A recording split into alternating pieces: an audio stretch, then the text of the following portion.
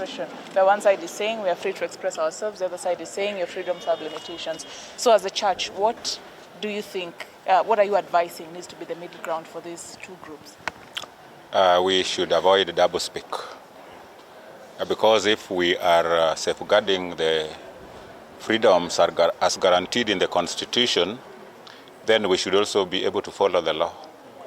When somebody breaks the law, then the due process should be followed. It's not right because even as a church, there is the teaching of forgiveness. And if the government is above everybody, then the government acts as a parent to the children. What do you do when our children offend us? We sit with them, we rebuke them, we teach them, and we forgive them by giving them the correct direction. It's very sad that some parents had to go through the Christmas festivities without their loved ones. They didn't know where they were, but they had been abducted by the state. The state has a duty to protect every citizen. Yes. And therefore, I think we have been let down by the state. I also want to say that it's also important to urge the young people to use social media responsibly.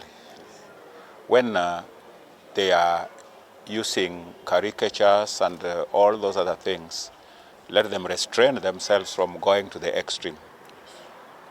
The other thing is that so many things are not right, and so people are looking for where to vent their frustrations.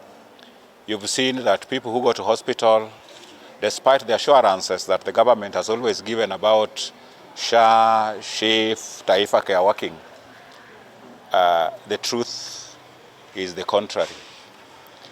We have also witnessed the problem of capitation to schools and universities. And so we have a number of young people whose education is at stake and their future is in jeopardy. Unless the government comes out clean and does the correct thing, then we are in for not a very good situation. And so as a church, we just want to urge the government to stop and listen. Let them just stop and listen. I know power corrupts, and we have seen some people in the government who are puffed up with power to the extent that they are not even thinking well.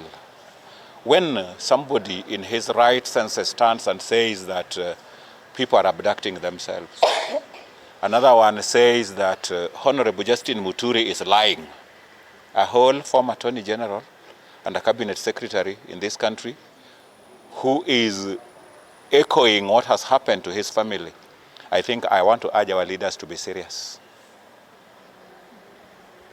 So thank you so much, ladies and gentlemen of the press. My name is Boniface Ogutu, a member of the Central Committee of the Kisumu People's Movement. We are a collective of young people who are united by their struggles to end abduction, to end injustices, to end corruption. We are united by our belief of a better Kenya, that Kenya must work for us.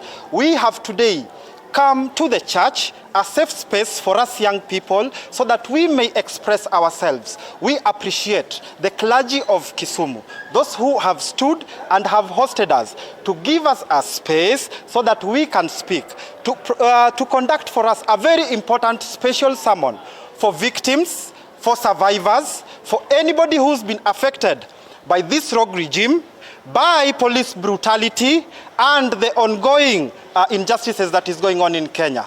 We want to hold a candlelight vigil in honor of all victims, in honor of all survivors.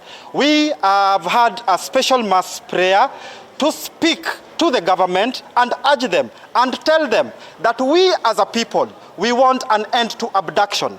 We don't want jokes with our lives. We don't want people who think that for you, living or not living is up to them. That if you do something wrong or something bad in their eye, the best they can do is do away with you. Kenya is for all of us. We will always participate in building this country. We will contribute in the development of this country. Nobody will stop us. We want to ask the political class, we want to ask the leadership of this country that we are the future of Kenya. Don't kill us.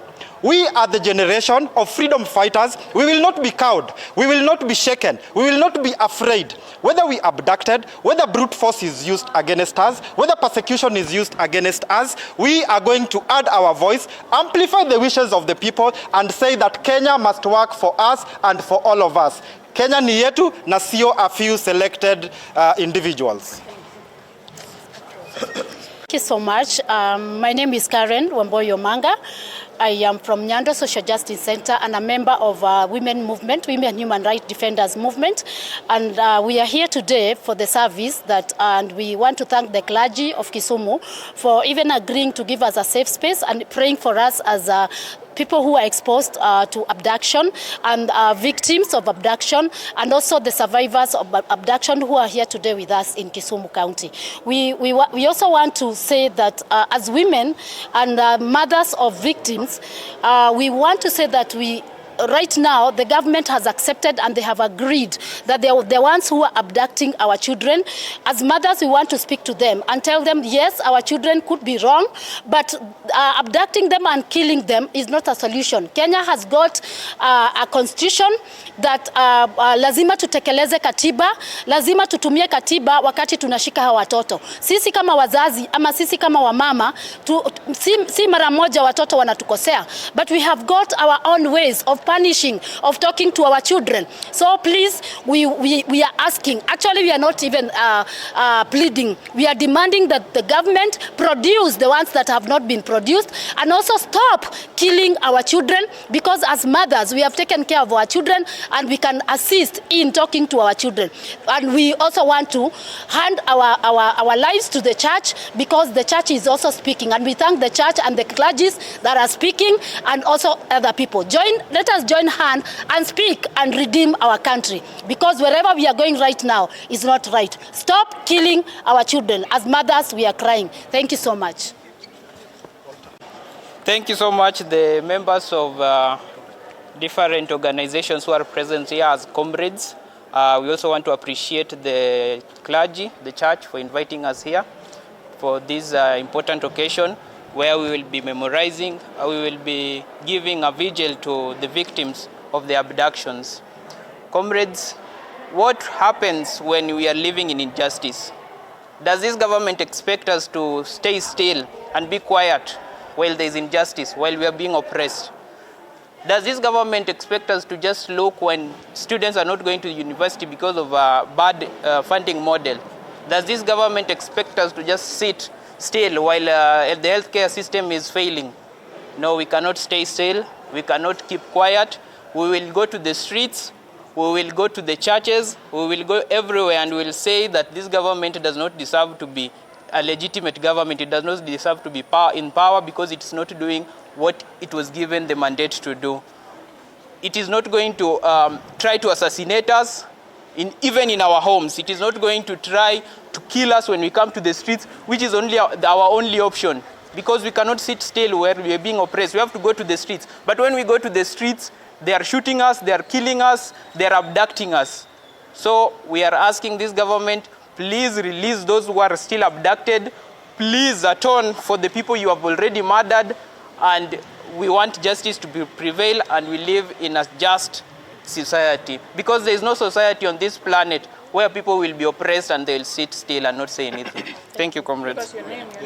My name is Walter Gilo. I'm a comrade from Kisumu, and I'm also a representative from the Communist Party Marxist Kenya. Thank you.